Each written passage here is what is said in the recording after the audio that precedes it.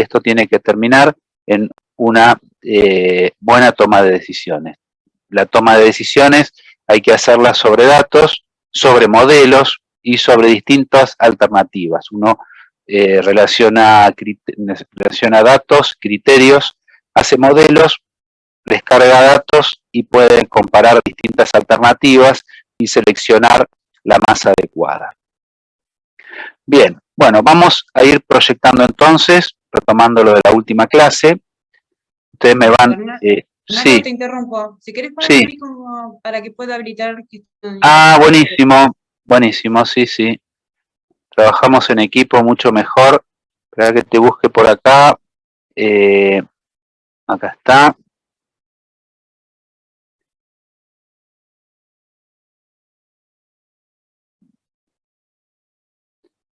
Ahí tenés que estar como co-host, seguramente. Ahí está, así yo puedo habilitar a los que estén afuera. Claro. Y no te rompís vos la... Buenísimo, sí. Yo ahora voy a proyectar, yo tengo dos pantallas, voy a poner en una el PowerPoint y la otra voy a estar viendo el Zoom. Cualquier cosa, si no se ve bien, me avisan, así podemos ir corrigiendo, ¿sí? Bueno, vamos a compartir entonces la pantalla.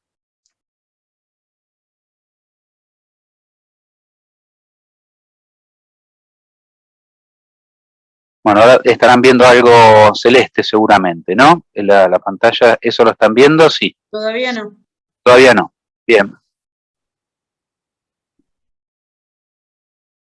Aguarden un minuto.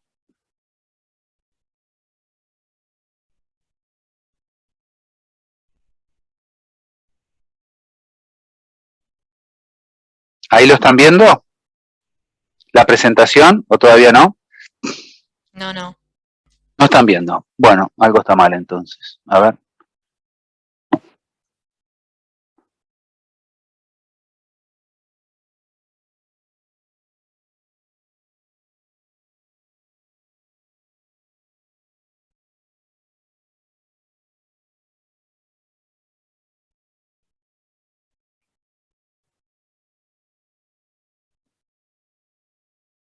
Avísenme cuando estén ya puedan ver, ¿eh? Ahí se ve la pantalla azul. Ahí se ve la pantalla celeste, bárbaro.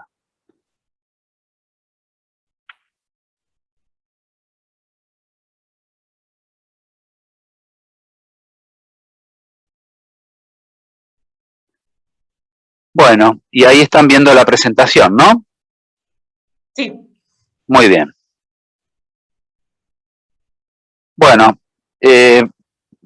para retomar lo de la clase pasada, vamos a dar una y vamos a, no sé si grabás vos, Clara, o lo pongo yo a grabar. Yo te grabo. A ver. Dale, buenísimo. Vamos a hacer una revisión de lo que vimos la última clase para poder dar continuidad, si no va a quedar medio como aislado lo que vamos a ver hoy, ¿sí? Bien, entonces, como ya comentamos, hoy vamos a hablar de localización de instalaciones y distribución en las instalaciones. Vamos a hablar también de diseño y la capacidad de las distintas instalaciones, ¿sí? Bien, para eso vamos a hablamos primero, la clase pasada, hablamos de tipo de instalaciones, hablamos de punto de equilibrio, lo vamos a ir mirando directamente sobre el PowerPoint, así recordamos un poco lo de la última clase, ¿sí? Hablamos de la importancia de la localización de las instalaciones, dado que una vez que se decide una ubicación, la organización va a convivir con eso durante muchos años, ¿sí? No sería factible un escenario donde estamos cambiando de lugar continuamente, ¿no? Y sobre todo cuando las instalaciones que pensamos tienen que ver con actividades que se desarrollan en el entorno, ¿no? Entonces, lo que se busca es una ubicación conveniente, no vamos a encontrar la ideal, pero que digamos, no permita que después tenga costos que nos van a estar castigando durante todo la vida útil de la instalación, ¿sí? Entonces, no se puede asegurar que existe el lugar óptimo, pero evitar una ubicación desventajosa es lo más importante, es más importante que encontrar el sitio ideal, ¿sí? Hay que tener en cuenta las fuentes de mano de obra, materia prima, a dónde van los productos, cómo llegan los productos, materia primas, cómo sale el producto final, a dónde se distribuye. Esto se combina muy bien con la metodología de transporte. No sé si ustedes ven esto en investigación operativa, pero bueno, otros años se veía, son algoritmos bastante, hoy día con algunos programas se calcula muy rápido, ¿no? O sea, seleccionar entre distintas recorridos, supongamos que tienen un centro de producción y tienen que llevar a un centro de consumo, y hay distintas alternativas. Estos algoritmos de transportes y el caso particular de transbordo, cuando hay estaciones intermedias, lo que hacen es seleccionar cuál es el camino más conveniente, el más económico, ¿sí? Analizando distancias y costos en ir de un lugar a otro, permiten determinar eso con mucha aproximación, ¿sí? Eso no va a ser tema de nuestra materia, pero sí lo que tiene que ver con la localización de la instalación en una primera instancia y después la distribución de las instalaciones, ¿sí? Bien. Avanzamos entonces, los factores importantes entonces, como decíamos ya, la fuente de insumos y el mercado de los productos. ¿Y qué tipo de proceso vamos a hacer? Vamos a hablar de 3 y vamos a trabajar con 2, dado que el tercero es la gestión de las plantas de componente fijo, que es la minería, la construcción, se gestionan por gestión de proyectos, ¿sí? Como ustedes van a ver en la materia proyectos. Las que vamos a ver nosotros son actividades más rutinarias, productivas, esas se van a estar manejando con lo que estamos viendo en esta clase y en otras, ¿sí? Bien, importancia de la mano de obra, control del medio ambiente, también de los lugares, ¿no? Eso también es importante. Bueno, ¿qué es lo que hacíamos? Como siempre, ¿no? Si nosotros tenemos que decidir una ubicación, lo que vamos a definir como primera medida es cuáles son los objetivos y localizar las variables asociadas. Una vez que tenemos el objetivo y las variables que van a estar trabajando, hay que tomar un criterio de decisión. Ese criterio después se combina con el objetivo, se hace un modelo, vamos a ver uno, el de punto de equilibrio, o ya lo hemos visto, lo estamos repasando, y cargando datos, finalmente, comparando distintas alternativas, vamos a seleccionar la ubicación más conveniente. El criterio va a estar dado por un análisis de costos, ¿sí? Costos fijos y costos variables que tiene el emprendimiento. Bueno, llegamos finalmente a punto de equilibrio, hablamos de costos fijos y costos variables, también con respecto a los costos, estos no son los únicos que ustedes van a estar escuchando, alguna vez también van a escuchar hablar de costos directos y costos indirectos. Entonces, las empresas manejan costos fijos, costos variables, costos directos y costos indirectos y otro tipo de costos, ¿sí? Pero bueno, lo que vamos a estar analizando en el punto de equilibrio son los costos fijos y variables. Los fijos son aquellos que no varían con la producción y los costos variables son los que varían con la producción. Para darles un ejemplo claro, la energía eléctrica tiene un componente de costo fijo y un costo variable. El componente de costo fijo de la energía eléctrica de un emprendimiento, de una organización, es todo aquello que está relacionado con la iluminación, por ejemplo, o que tiene que ver con alimentación de energía eléctrica para actividades que permiten desarrollar las instalaciones, pero no tienen que ver con la producción, ¿sí? La energía eléctrica, la potencia eléctrica que se consume en los motores, eso es un costo variable, porque va a depender si se produce más o se produce menos. Entonces, toda aquella energía eléctrica que está relacionada con la producción es un costo variable, mientras que la energía eléctrica que está vinculada con la iluminación, podríamos decir, es un costo fijo. De igual modo, vamos a tener otros costos fijos y vamos a tener otros costos variables. Entonces, es importante poder separarlos, poder segregar bien cuál es cada uno. Para eso, seguramente la organización va a contar con alguna persona que sepa de costos, ¿no? Digamos, los profesionales que se dedican a esto, por lo general son contadores o personas que se dedican a la administración. Bien, hablamos entonces de los costos fijos y variables y con eso vamos a formar una ecuación donde ustedes pueden ver, es un polinomio donde hay una sumatoria de los costos. A ver si podemos habilitar el... Vamos a habilitar acá. Un minuto.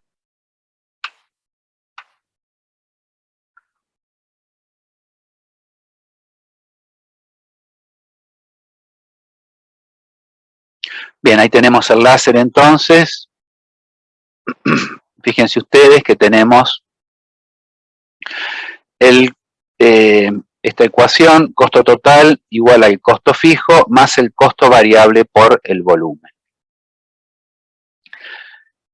Obviamente que el costo fijo no varía con la cantidad, volumen de producción, ¿sí? Y veíamos un ejemplo. Este ejemplo después lo vamos a analizar con mayor detalle sobre una planilla, ¿sí? Bien, avanzamos. Entonces,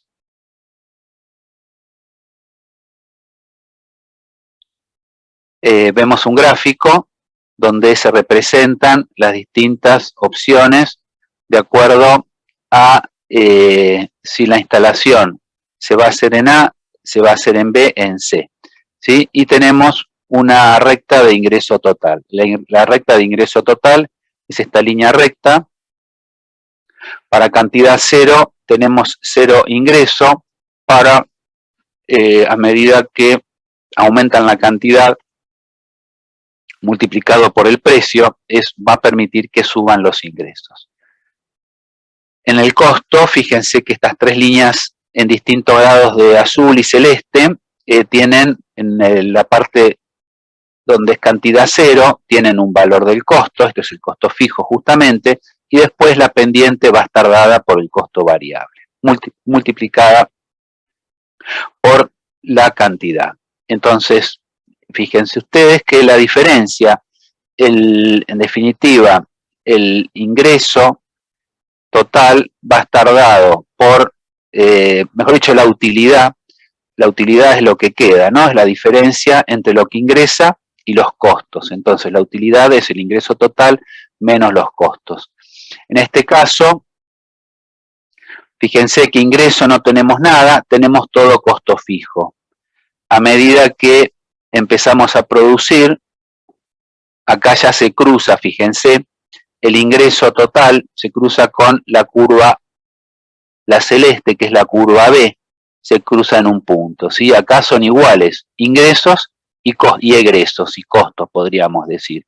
Y a partir de ese punto, es mayor el ingreso que los costos, ¿sí? Que lo que se gasta. Entonces, fíjense que esta envolvente por debajo de la intersección de la curva verde con las celestes, es lo que me está diciendo a dónde me conviene estar trabajando, ¿sí? Para cantidades menores a 2000, me conviene trabajar para los costos más bajos, ¿sí? No por acá. Entonces, fíjense que esta recién me va a estar conviniendo para estas cantidades, arriba de los 8000, ¿está bien? Entonces, ustedes tienen que analizar el gráfico podríamos decir que es un método gráfico algebraico, o sea, tiene una ecuación y después miramos el gráfico. Y esta envolvente me determina, a partir de las cantidades de producción, cuál sería la localización más conveniente. Si tienen alguna duda con respecto a esto, me pueden consultar, no hay ningún problema. Pero bueno, hay que encontrar los puntos de intersección. Acá tenemos uno, acá tenemos otro punto de intersección y acá tenemos otro, ¿sí? Pero bueno, fíjense ustedes, acá viene la azul, después va la celeste, está un poco más oscura, y después va la celeste más clara. Si esto se cruza en 2000, entre 0 y 2000 nos va a convenir en A, entre 2000 y por acá 8000 nos va a convenir la B, y finalmente de 8000 para adelante nos conviene la localización C. Entonces, lo que se puede hacer es una proyección de cuánto es lo que yo espero producir, y a partir de ahí decir, bueno, para producciones de esta cantidad me conviene tal lado o me conviene otro, ¿sí? Eso es lo que se analiza y es lo que veíamos en la metodología, ¿no? Definir un modelo, darle distintos valores a los datos y seleccionar la alternativa más conveniente. ¿Qué pasa cuando hay que calificar un factor cualitativo? Bueno, ya lo vimos. Esto vamos directamente al cuadro. Lo que hay que hacer es darle calificar de alguna manera cada uno de los factores relevantes, ¿sí? Entonces yo digo, bueno, ¿qué me interesa a mí? Y me interesa mucho lo que es el costo de producción, me interesa el costo de vida, me interesa también los mercados. Entonces, bueno, ¿qué nota le ponemos a cada uno? Bien, entonces, más que una nota, ¿cómo ponderamos en importancia ese factor, esa variable? Fíjense que en esta tabla lo más importante es el costo de producción, le estamos dando un 33% del total de la importancia, ¿sí? 25 oferta de materia primas y 0,20 lo que es la disponibilidad de mano de obra. Los otros después vienen en menor importancia, costo de vida, ambiente y mercados.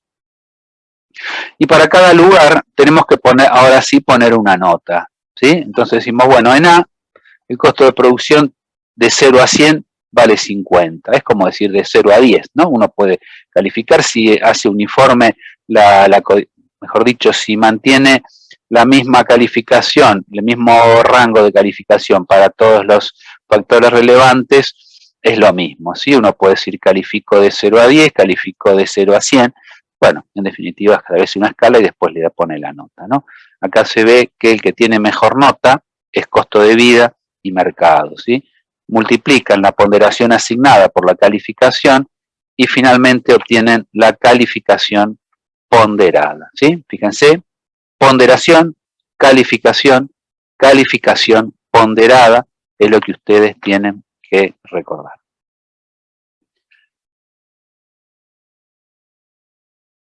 Vimos después conceptos de diseño y capacidad del sistema. Y ya que veíamos que había la instalación puede afectar la capacidad, ¿no? Tanto de la instalación como de los sectores adentro de la organización, eso puede afectar la capacidad. Entonces definíamos lo que es capacidad de diseño de una instalación como la tasa de salida de productos estandarizados, en condiciones de operación normal, ¿sí? Después veíamos cuál es el objetivo de la decisión y cuáles eran las variables de decisión para localizar la instalación, para definir la capacidad y para distribuir la instalación. Fíjese que es lo que vamos a ver ahora. Para distribuir la instalación vemos tres tipos de instalaciones: de producto, de proceso, tipo producto, tipo proceso, y el volumen de producción es lo que nos va a estar interesando. como vimos en el punto de equilibrio. Así que es importante definir cuál es el volumen de producción. En este cuadro lo que ustedes pueden ver es cuál es la diferencia entre la capacidad de diseño, hablamos de esa tasa de salida de productos estandarizados, la capacidad del sistema y la producción real. Y cuáles son los elementos o los factores que hacen que no se pueda obtener la capacidad de diseño, que tampoco en algunos casos se obtenga la capacidad del sistema y finalmente los que nos da la producción real. Podemos decir que la producción real es lo que realmente estamos produciendo, la capacidad del sistema es lo que podríamos estar produciendo con algunas condiciones y la capacidad de diseño es como un ideal que no se puede llegar a producir en ningún caso. Entonces, ¿por qué? Lo que se ve es como analizando separadamente los componentes. Si nosotros ponemos los componentes de una instalación todos juntos, vamos a obtener una capacidad de diseño, pero el hecho de trabajar de manera conjunta no va a permitir llegar a esa capacidad, ¿sí? Hay desequilibrio entre equipo y mano de obra, hay especificaciones de calidad que no es, digamos, cumplirlas hace que no podamos obtener una determinada capacidad. En definitiva, lo que tenemos que comparar siempre es la producción real con la capacidad del sistema. Es un porcentaje y se obtiene como el cociente entre la producción real y la capacidad del sistema. Bien, vimos también cuáles eran los factores para determinar una instalación, ¿sí? Vamos a hablar del tipo de producto, del tipo de proceso y del volumen de producción. Si nos retrotraemos a lo que veíamos en las diapositivas anteriores, estamos hablando de ahora de distribución de la instalación. Ya estamos en, podríamos decir, que ya la localización ya la tenemos y ahora lo que vamos a hacer es a ver cómo distribuimos ese emprendimiento, ¿sí? Cómo lo vamos a distribuir en un lugar, ya que ya está definido. Está definido el sitio y ahora tenemos que ver cómo vamos a distribuir. Entonces, fíjense, tipo de producto, tipo de proceso y volumen de producción. Volvemos entonces.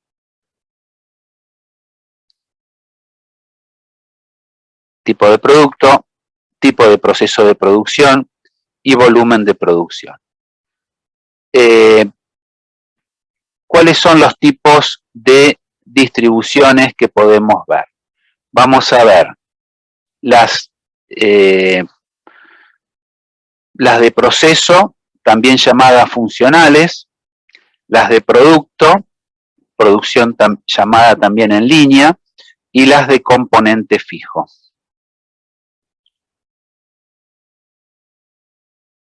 Acá tenemos un ejemplo de una instalación de proceso. Imagínense ustedes que eso es un equipo donde a un elemento se le hace, supongan ustedes, un granallado, ¿sí? O un pulido. Eso después va a pasar a otro lugar donde le van a hacer lo van a someter a una pintura, a una imprimación. Va a pasar a otro sector donde le van a dar una pintura y finalmente lo van a colocar en una cámara de curado. O sea, va a ir pasando por distintos lugares donde se le hace un tratamiento distinto. A eso le llamamos instalación tipo de proceso. Seguimos entonces con las de producto. Las de producto entonces agrupan a los, aguarden un minuto, a ver, tenemos algo para decir de las de proceso. En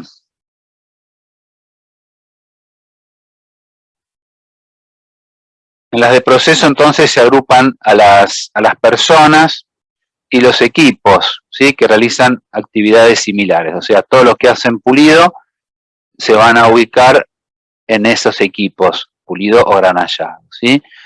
El trabajo es intermitente y se establece por órdenes de trabajo, ¿sí?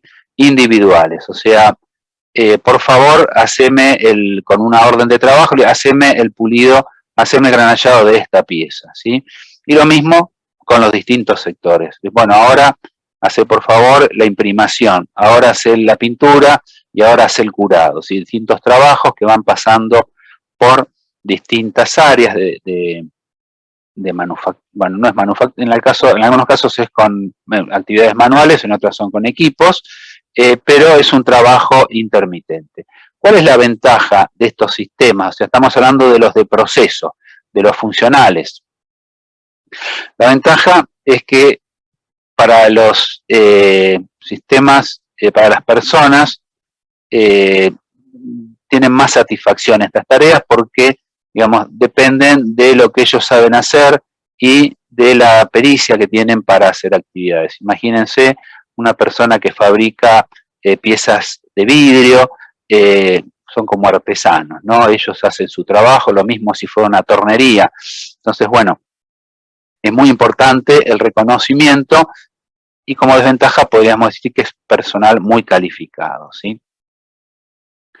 Pero bueno, el empleado tiene más satisfacción porque ve lo que ellos hacen y el resultado.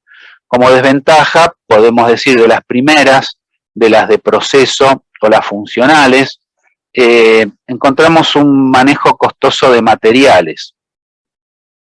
La mano de obra, como ya les comenté, es calificada y también es más costosa la supervisión y interviene mucho la actividad manual, ¿sí? No hay tanta utilización de equipos. El control de producción en estos casos es bastante más complejo. Bien, hemos hablado entonces de las de proceso, las funcionales, donde se agrupan equipos y personas dependiendo de la actividad que realizan. Vamos a hablar ahora de la producción en línea, que se llaman de productos, ¿sí? Ahí vamos a ver. Bien. Entonces, las de producto agrupan a los trabajadores y al equipo de acuerdo con la secuencia de las operaciones que se realizan sobre el producto o para el cliente, ¿sí?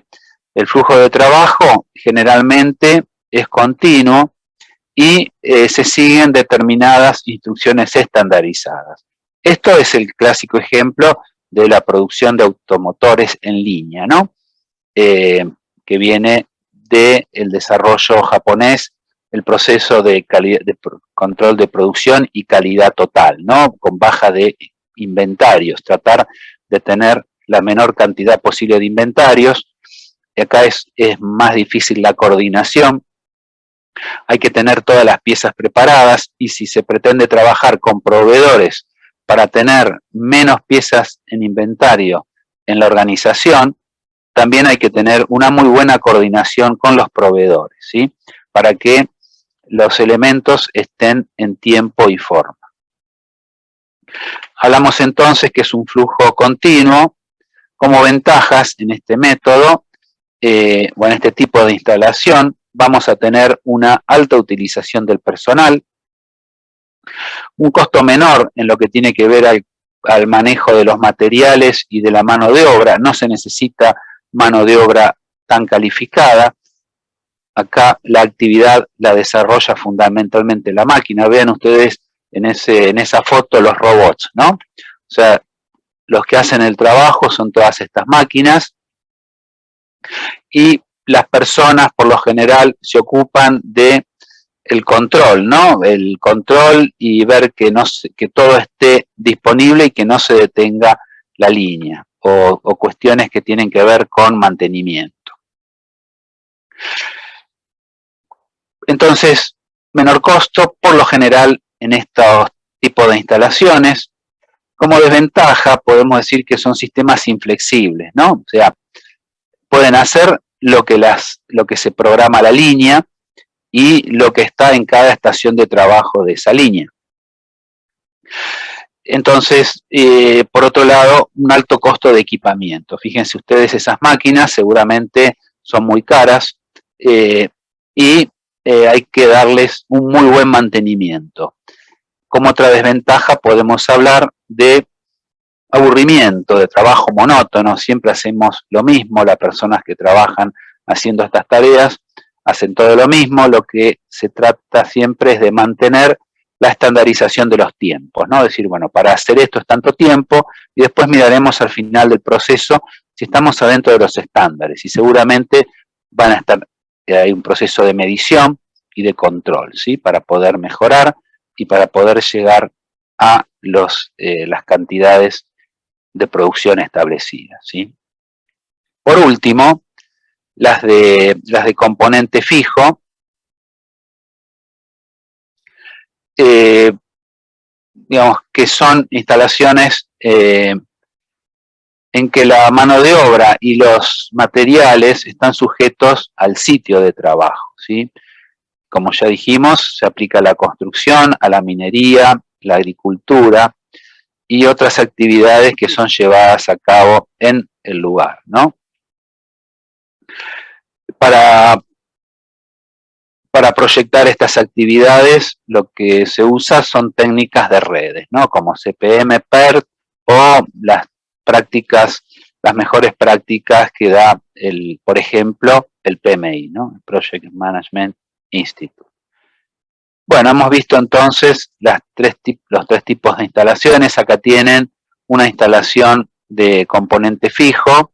Estamos en un ejemplo de un caso de una minería, ¿no? A cielo abierto. Acá se ven los camiones y el lugar. Obviamente esto está, pero bueno, acá no aplicamos estas herramientas que vamos a ver ahora, sino que se aplica seguimiento por redes, planificación por redes. Bien, pasamos ahora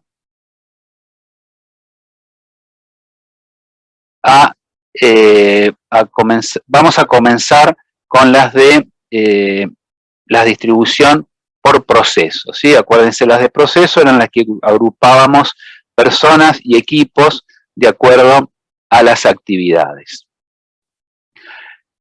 Vamos a ver algunos métodos, son métodos, algunos son gráficos y cantidades, ¿sí? Se multiplican las relaciones, las cantidades de veces que van de un departamento a otro o de un área de trabajo a otro, se establecen distancias, cargas y se hace una valoración a costos, ¿sí? Se vinculan con los costos y se seleccionan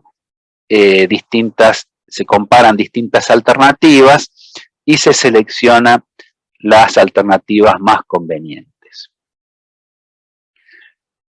Bien, ¿qué es lo que se va a apuntar en esto? Se va a apuntar a los sectores, los centros de trabajo que tienen más actividad, tienen que estar ubicados en el centro de gravedad.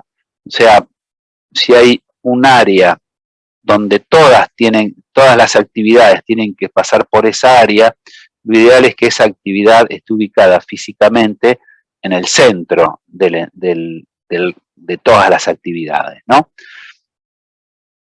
Y evitar recorridos que no tengan sentido, ¿sí? Saltear estaciones de trabajo o dar vueltas innecesarias. La metodología apunta a eso. De forma de tener un flujo mínimo de materiales y personas, ¿no? Vamos ya a algunos de estos métodos. Bueno, para que ustedes entiendan, vean este gráfico, vean ustedes qué tienen. Por un lado, una especie de ubicación. 1, 2, 3, 4, 5, 6, imaginen que son distintas áreas de trabajo. Si lo relacionamos con el ejemplo que vimos, podemos decir que esto es preparado de la pieza, esto es un arenado, esto es un pulido, esto es un curado, esto es una, no, perdón, esto es una imprimación, esto es una pintura y esto es un curado. Entonces, ¿qué hacemos? Decimos, bueno, ¿cuántas veces van de un lugar a otro? Hay una carta de recorrido. Esto es un dato que se obtiene de medición. Acuérdense cuando hablamos de en simulación, que se habla de toma de datos, es importante entonces que alguien se tome ese trabajo y diga, bueno, de A hacia B, ¿cuántas veces va? Y de A a B va 5 veces. De A a C va 10, de A a E va 3 y de A a F va 2. De B a D va 12 y así con todas. De esta columna a esta fila y la cantidad de veces que va de esta columna a esta fila. Obviamente de A no va, la diagonal está con 0 cantidad.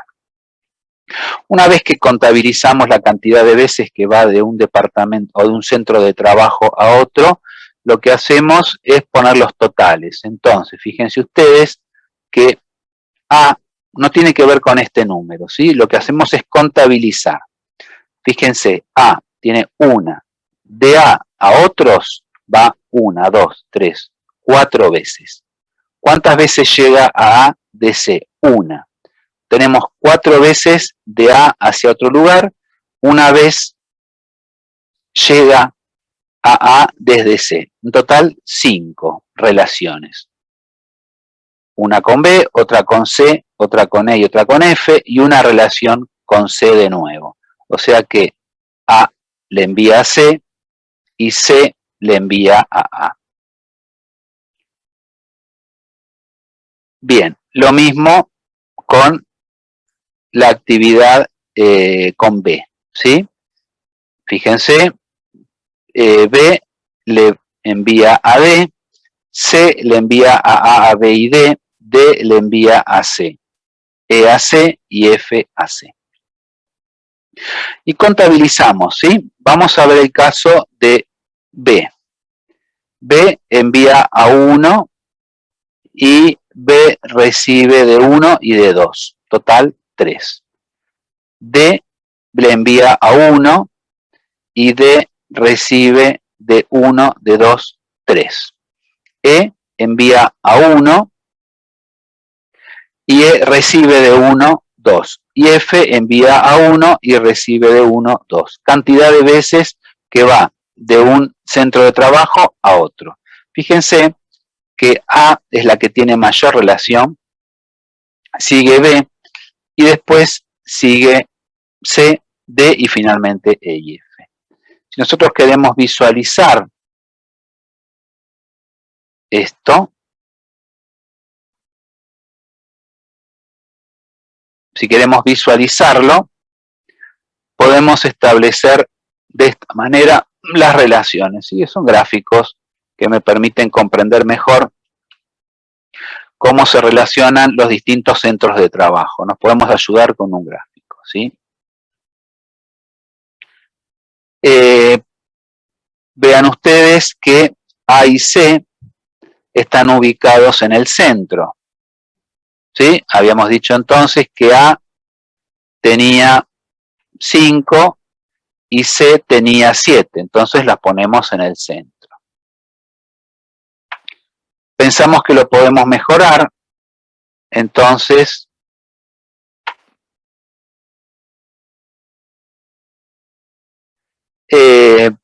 A y C en el centro, y la otra opción sería dejar a y C en el centro y B y D se los coloca en el extremo. Entonces tenemos una nueva figura. Pero vean ustedes que también es como ir probando, ¿no? Y viendo los resultados. De esta forma, no puedo pasar, a ver, ahora un minuto, ahí está. De esta manera, entonces,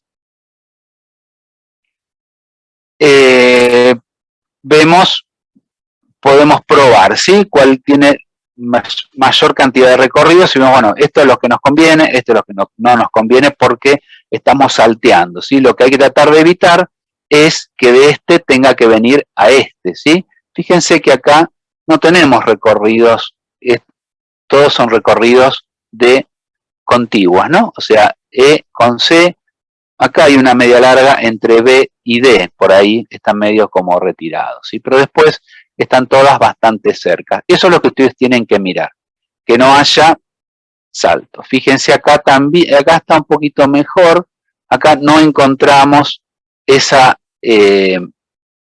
por ejemplo, entre B y E no hay relación acá, y son todas relaciones en centros de trabajo que son continuos. Bien, vamos a suponer ahora una segunda etapa en la que vamos a tomar con esto que acabamos de decir, le vamos a suponer que los que están al lado uno de otro le ponemos un coeficiente 1 y los que están más lejanos le ponemos un coeficiente 2. Y volvemos a ver la carta de recorrido. Fíjense ustedes, la carta de recorrido entonces, de A a B es 20, de A a C es 10, de A, bueno, y así la cantidad de veces que va de A a B y de A a C. Vamos a hacer entonces un primer análisis. A partir de esto que estamos viendo, contabilizamos, igual que en el caso anterior, cuáles tienen, fíjense que A tiene 1, 2, 3, 4, y después llegan 1, 2, 3. Tenemos 7 de A. Después tenemos B, 1, 2, 3, 4, 5, 6, a ver, 4. B tiene 1, 2, 3, 4, 5, 6, 7, 8. Fíjense que B tiene 8 relaciones con otros centros de trabajo. Y así con todos. Entonces, bueno, finalmente indicamos en una tabla y lo vamos a suponer con la siguiente distribución. Fíjense que A, B tienen 7, 8, acá está D con 10 y G. Fíjense que D lo estamos poniendo por acá, H y G, G está en el centro, para la cantidad de relaciones está bien, H está en un extremo y B está en el medio, o sea que B lo vemos bien. ¿Qué pasa con esto? Vamos a analizar entonces esta configuración, ¿sí?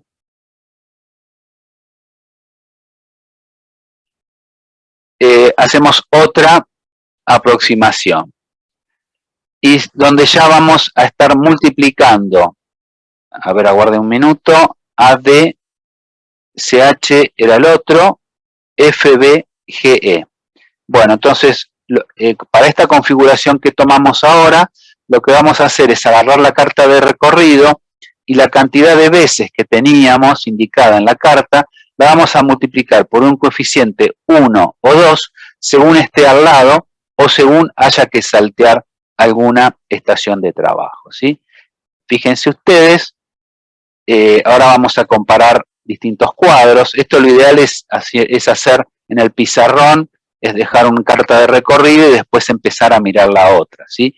Pero bueno, fíjense ustedes que lo que estamos en este cuadro es la carta de recorrido original multiplicada por 1 o por 2 de acuerdo a la ubicación relativa entre los distintos centros de trabajo. Para corroborar esto y que ustedes puedan recordarlo, vamos a mirar A con B, con C, con E y con G. Fíjense, este número, tomen nota, vamos a anotar por ahí, tenemos 20, 20, 15 y 14. B y C tienen 20, 15 con E y G 14. Nosotros volvemos para atrás vamos a ver que, y todos desde A, ¿sí? O sea, A con B, A con C. Fíjense que A con B está al lado. A con C está salteando 1.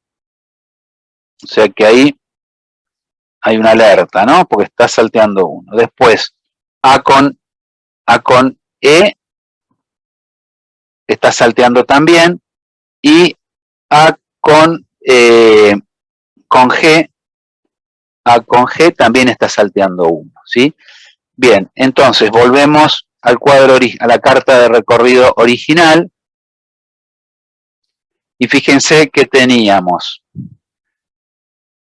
20, 10, 5 y 7. O sea, el 20 quedó igual, está al lado.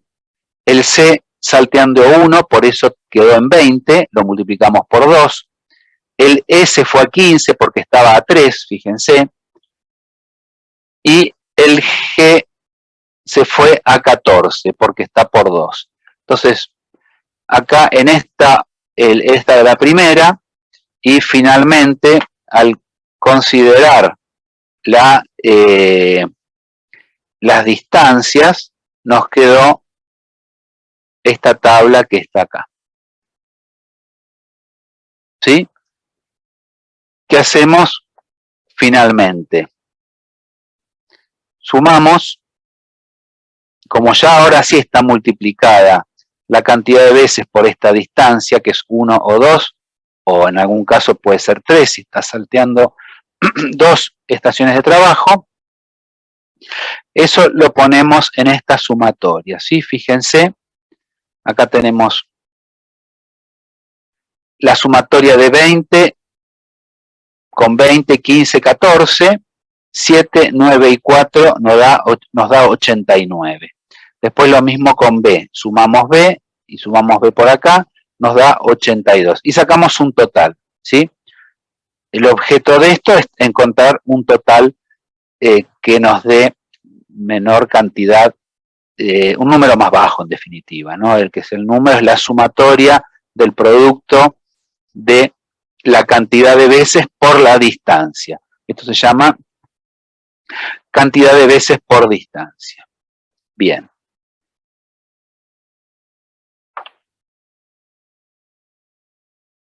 Después van a hacer ustedes ejercicios de esta actividad. Vamos a ver otra forma de analizar, que es el análisis carga-distancia, ¿sí? En este caso vamos a estar considerando el producto de lo que se lleva de la carga por la distancia. Se utilizan matrices de distancia de hacia, ¿sí? Con consideraciones. O sea, tenemos dos distancias. La distancia rectilínea es la que se toma sobre el eje X y sobre el eje Y. Mientras que la distancia euclidiana es la de Pitágoras, ¿no? O sea, si podemos ir en diagonal. Pero en este caso vamos a estar trabajando con las distancias en X y en Y. Fíjense, vamos a hacer matrices de cantidad de viajes, matrices de pesos, distancias, y vamos a ver cómo tratar las superficies y sus baricentros. Bien, fíjense ustedes, tenemos viajes por hora, cantidad de viajes por hora para ir desde A hasta B, hasta C, hasta D. De B a de B a B nada, obviamente siempre las diagonales están sin ninguna cantidad. Y viajes por hora para ir de C hacia estos distintos centros de trabajo. Después lo que se toma es las distancias rectilíneas, ¿sí? No se toma la distancia euclidiana, se toma distancia rectilínea entre los distintos centros de trabajo. Se establece un costo por metro. Obviamente, este costo por metro va a depender de la distancia y finalmente se hace el producto de los viajes por hora. Fíjense ustedes, 50 por 2 por 1 que es el costo por metro, me da estos 100 que están acá. Bien. Lo mismo en el caso de C, 7 por 35 por 2 me da los 490. Y se saca una sumatoria total, en este caso 8.680.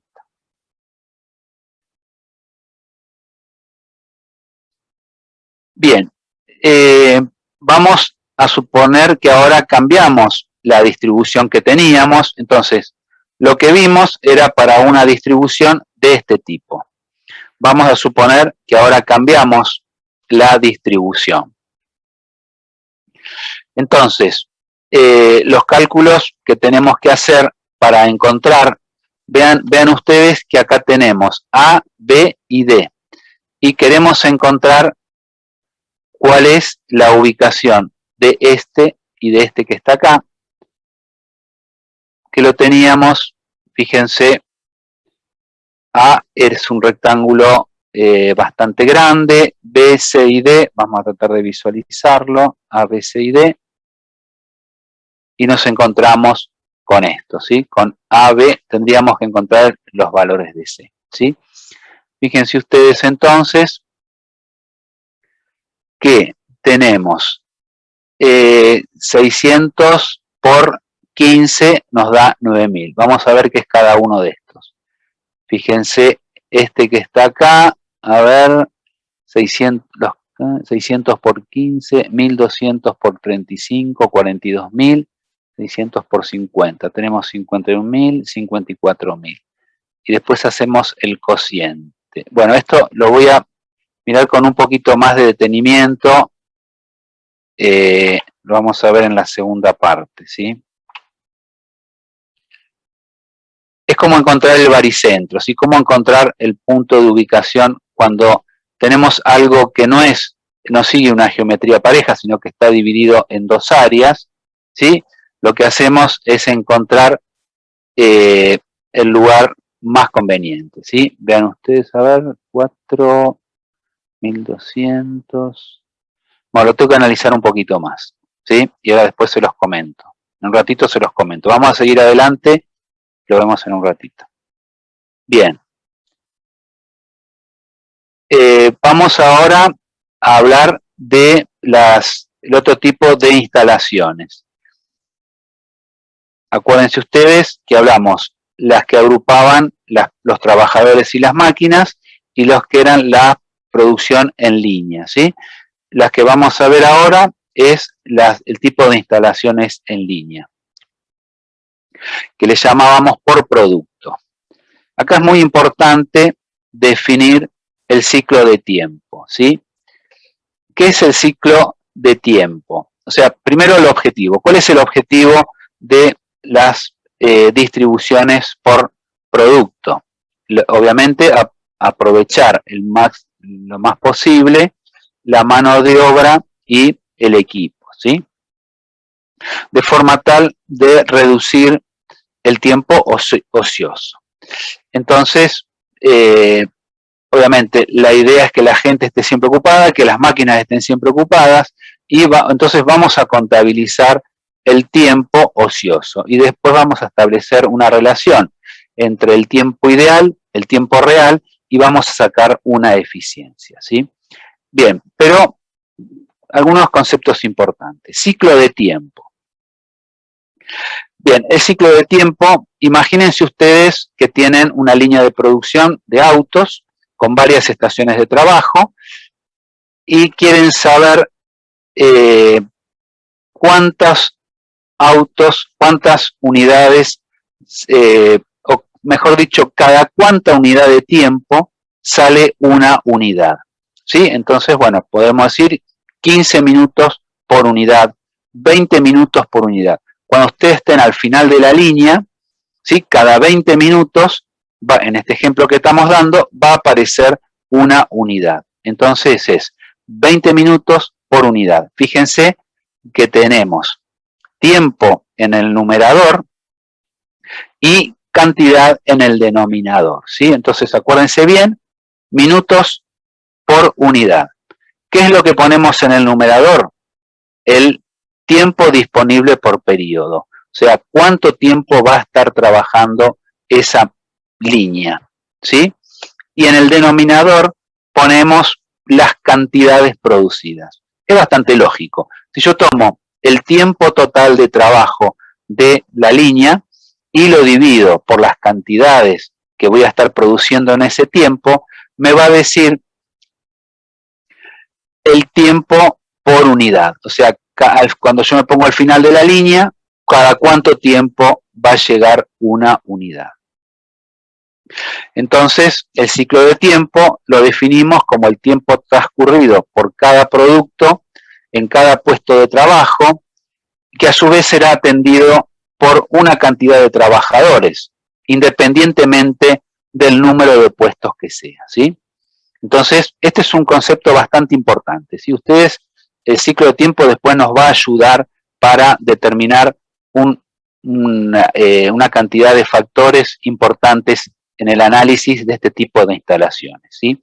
Entonces, tiempo, minutos por unidad o horas por unidad de un determinado producto. Cociente, tiempo en el numerador, producción de unidades requeridas por periodo. Bien. Otro elemento importante para determinar es la cantidad teórica de trabajadores que tienen que atender esas máquinas. Entonces vamos a determinar la sumatoria de los tiempos consumidos por los distintos trabajos de la línea y vamos a dividir la sumatoria de los tiempos consumidos en cada una de esas líneas por el ciclo de tiempo. Y eso nos va a dar el mínimo número de trabajadores teórico, ¿sí? Entonces, para que ustedes vayan tomando nota, definimos ciclo de tiempo y ahora estamos definiendo mínimo número de trabajadores teóricos, como el cociente entre la sumatoria de los tiempos, minutos, por el ciclo de tiempo, ¿sí? Acuérdense que era tiempos por minutos por unidad, se nos simplifican los tiempos y nos quedan cantidad de personas. Y por último, como otra variable importante en este análisis, es la eficiencia. La eficiencia la vamos a determinar de dos maneras. Sumatoria de tiempos dividido el ciclo de tiempo por el número de estaciones o el mínimo número de trabajadores teóricos dividido el número real de trabajadores, ¿sí? O sea, de acuerdo a la capacidad de mi línea, voy a tener un número teórico, pero yo no puedo fraccionar las personas. Entonces, va a haber muchas veces que las personas van a tener tiempo ocioso. Entonces, cuando a mí la cuenta me da 3,7, voy a tener que poner 4 personas, ¿sí? 4,8 vamos a poner 5, me da 2,1, tengo que poner 3, ¿está bien? Entonces, fíjense, en ese caso vamos a tener tiempo ocioso y es lo que va a estar determinando la eficiencia, que la vamos a medir como el cociente entre el mínimo teórico y el número total de trabajadores. Volvemos un poco para atrás entonces, hablamos del ciclo de tiempo, hablamos del número de trabajadores teóricos y hablamos de la eficiencia. Van a ser los elementos que ustedes van a estar trabajando, las variables que van a estar trabajando en este tipo de instalaciones. Vamos a ver un ejercicio para que les va a ayudar a ustedes a comprender mejor esto que estamos hablando. Bien, el diagrama de precedencia que vamos a ver en la siguiente diapositiva indica actividades de montaje que van desde A hasta G. Y requerimientos de tiempo en minutos para cada una de esas actividades. La línea trabaja 7 horas por día, acuérdense, cuando definimos ciclo de tiempo, ¿no? Hablamos de tiempo que trabaja la línea sobre cantidad de productos. Y se desea una producción diaria de 600 unidades. Calcúlese A, el ciclo de tiempo, y B, el número mínimo teórico de trabajadores que se requiere. Bueno, vamos a mirar entonces nuestra línea. Fíjense esto cómo se entiende. La actividad A, 0,62 de minutos, la actividad B, 0,39, C, 0,27, D, E, F y G con el correspondiente fracción de minutos cada una de ellas. Fíjense que hay algunas actividades que yo puedo hacer con una persona. Obviamente, si voy a hacer dos actividades con una persona, tengo que ponerlas en lugares donde estén las actividades juntas, ¿no? Por ejemplo, yo por una persona aquí podría trabajar con D y trabajar con E, y hasta con F y con C. Fíjense ustedes, para darse una idea, y analizando en esto la tarea A, lleva un 0,62, 0,39, esta lleva poco, 0,14, esta no, más o menos, esta es bastante parecida. Esta tiene poco y esta bastante poco, ¿sí? O sea que acá se podía hacer una agrupación de tareas para una sola persona, ¿sí? A eso es lo que hay que apuntar. Bien, pero vamos a ver lo que da la aplicación de las formulitas que acabamos de ver. Entonces, de acuerdo a las fórmulas que estuvimos analizando, fíjense, el ciclo de tiempo es 7 horas 60 minutos, ¿sí? Dividido 600 unidades. Obviamente hay que pasar a las unidades, a minutos todo, ¿no? 400, son 7 horas, lo multiplicamos por 60, nos da 420 minutos, dividido 600 unidades, y eso nos da 0,7 minutos por unidad. Esto quiere decir que al final de la producción nos vamos a encontrar cada 0,70 de minutos con un producto terminado. Hemos determinado el ciclo de tiempo. El ciclo de tiempo, por otro lado, nos va a estar definiendo la cantidad de tiempo que puede estar el elemento en cada una de las estaciones de trabajo, ¿sí? Si no, se arma un cuello de botella, ¿sí? Si no lo entienden, me preguntan, ¿sí? Pero esto es importante. O sea, ningún centro de trabajo puede tardar más de 0,70 minutos por unidad. Pueden tardar menos, pero ninguno puede tardar más, porque si no, se acumula. Entonces, el ritmo está marcado por el centro de trabajo que lleva la mayor cantidad de tiempo. Sumamos los tiempos, encontramos 2,61 minutos y aplicamos la formulita que ya vimos, sumatoria de tiempos, 2,61 dividido ciclo de tiempo 0,70, me da 3,73 trabajadores como teórico, pero como ya lo vimos, no podemos tener 3,73 trabajadores, sino que hay que tener 4 trabajadores. Finalmente, vamos a poner un trabajador por estación y hay que balancear la línea. O sea, determinamos el número de estaciones y el tiempo disponible en cada estación, ya lo vimos, 0,7. Agrupamos las tareas individuales en cantidad de trabajos por estación y evaluamos la eficiencia de nuestro agrupamiento, ¿no? Entonces, hablamos de 4 estaciones. Hablamos de 4 trabajadores con una estación cada uno. Fíjense ustedes cómo agrupamos estos 4 trabajadores. Al trabajador 1 le vamos a dar la estación tarea A. Al trabajador 2 le vamos a dar las tareas B y C. Al trabajador 3 las tareas D y E.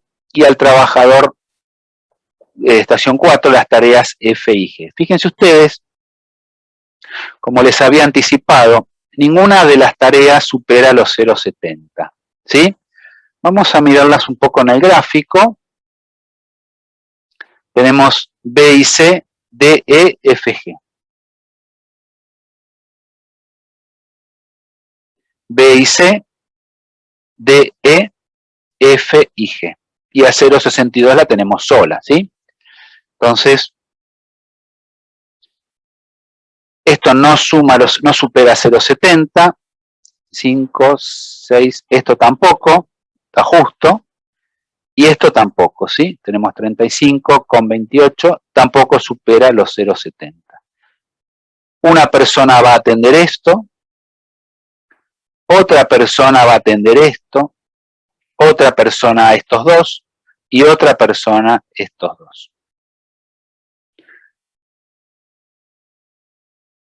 Agrupamos de esa manera,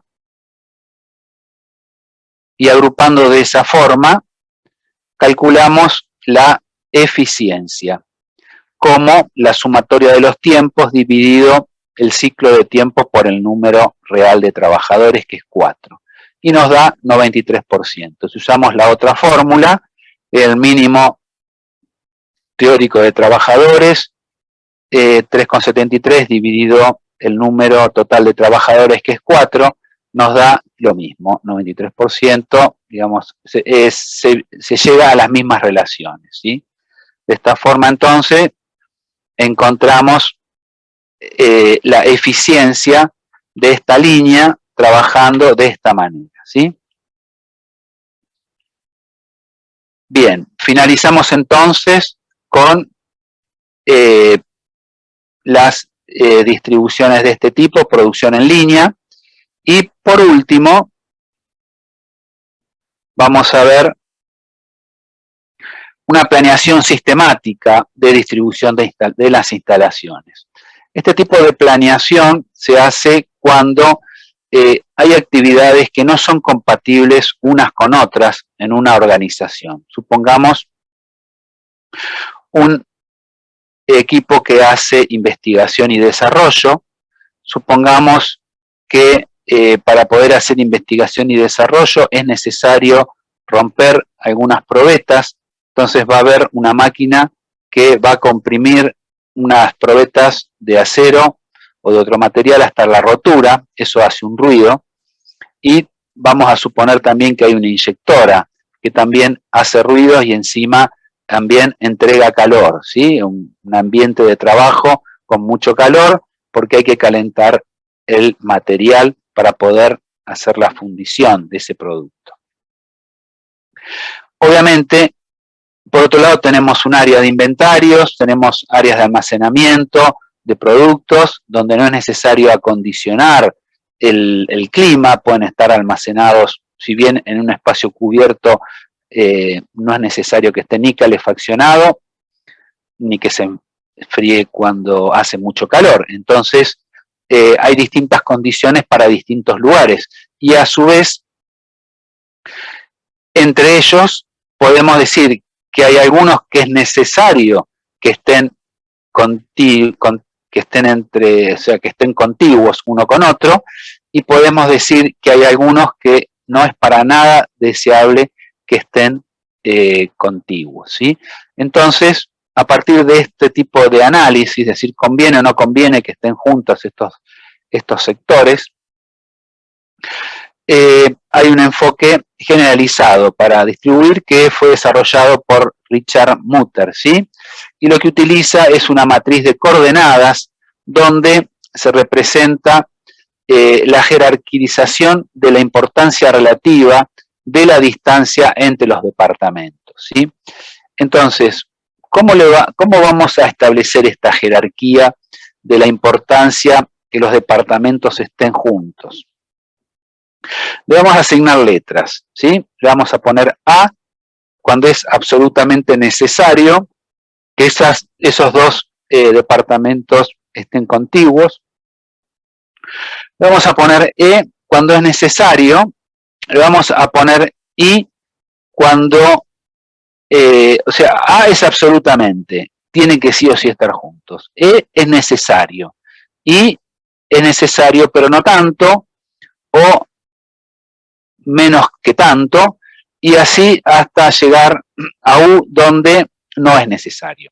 X es prohibición, o sea, no pueden estar juntos. Entonces, vamos a los dos extremos, A como absolutamente necesario, y lo indeseable es X. En el medio, E, I o U, ¿sí? O sea, grados intermedios de mayor a menor. Y vemos,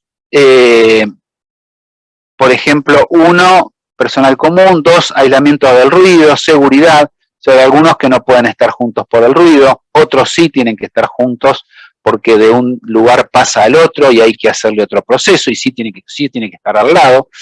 Entonces, bueno, el código de proximidad para distribución por proceso, usamos esta relación de cercanía, ¿sí?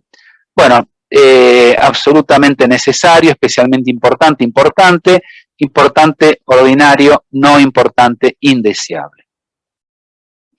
Esto que acabamos de indicar, lo vemos entonces en una matriz de estas características, fíjense, departamento A, B, C, D, E y F, y cómo se interpreta esto. El departamento A es indeseable que esté con el departamento B, al lado del departamento B. Y era, habíamos dicho, importante. Entonces, el departamento A es importante que esté con el departamento C. Bueno, y así con todos, ¿no? Fíjense, veamos las X. Indeseable, no pueden estar este con este, no puede estar B con C. Y hay alguna A. D con E tiene que estar sí o sí, es absolutamente necesario que estén juntos. D con F también tiene que estar juntos, ¿sí? Después E establece una relación entre C y E, donde es importante, F con C. Y de esta manera establecemos todas las relaciones, ¿sí? Y después lo que hay que hacer es agruparlos y ponerlos, así como hacíamos una matriz, con rectangulitos, ¿sí? Entonces, donde en esos rectangulitos tiene que estar traducido esto que está acá, ¿sí? O sea, si A va con B, a ver si podemos pasar acá a pluma, no sé si voy a poder dibujar, pero bueno, bueno, no me va a salir el cuadradito, pero bueno, A, esto es A, y tiene que estar B, le vamos a ponerle B al lado, ¿sí? B tiene que estar al lado. Acá está A y acá está B. No, perdón, no puede estar al lado. Vamos a ver alguno absolutamente, el A. Esto podría ser D con E, ¿sí? Este es D y este es E. Bueno, me salió muy mal la letra, pero D con E es absolutamente necesario que estén contiguos. Pero, por ejemplo, A con B, si ponemos A acá, ¿sí? B tiene que estar por acá, tiene que estar lejos. Y en el medio habrá otros departamentos, ¿sí? Acá irá A, acá irá B, y en el medio, por ejemplo, A con U, acá podríamos poner U, ¿sí? Entonces, de esa manera vamos probando, esto es prueba y error, ¿sí? Vamos probando hasta que esto esté traducido en la ubicación física de los departamentos. Bien, finalmente, hay el enfoque computarizado para desarrollar y analizar los procesos de distribución, acá por mencionarles algunos sistemas computacionales, ¿no? Apple, Lisa, son programas muy flexibles para dibujar y distribuir. ALDEP es un programa donde se pueden establecer distintos layouts, Corelab, relaciones entre y planificación de layout también. Y el CRAFT también es un programa de computadoras que tiene que ver con la ubicación de los facilities, ¿sí? O sea, de las instalaciones, a través de técnicas, ¿no? Entonces, bueno, hay algunos programas que nos ayudan como herramientas para poder optimizar las ubicaciones. O sea, lo que vimos hasta acá es la metodología. Obviamente, toda esta metodología hoy día se pueden llevar a programas que podemos aprovechar y que seguramente nos van a permitir optimizar de manera con mayor velocidad, ¿sí? Bien, para ir cerrando, después vamos a volver al caso anterior. Le tengo que dar un vistazo bien para poder explicarles el sentido de esa nueva localización. Vamos a ver, voy a dejar de compartir. Aguarden un minuto. Voy a correr acá. Dejamos de compartir y les voy a compartir un ejercicio, ¿sí? Ahora vamos a hacer un pequeño intervalo de más o menos 15 minutos. Un ejercicio muy sencillo que ustedes tienen que resolver, ¿sí? Vamos a ver, está por acá. Déjenme ver que lo tenga. No. Está por acá. Bien. Ahí está. Volvemos a la presentación.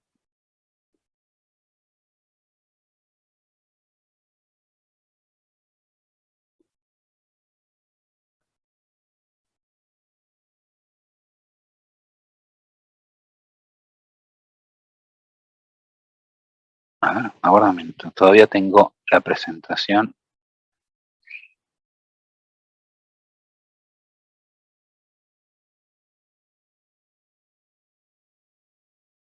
Ahí está.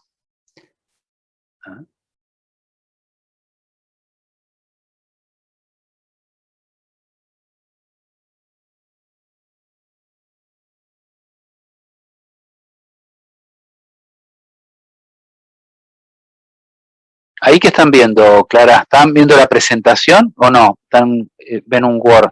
Diseño y capacidad del sistema. Sí, sí, eso está.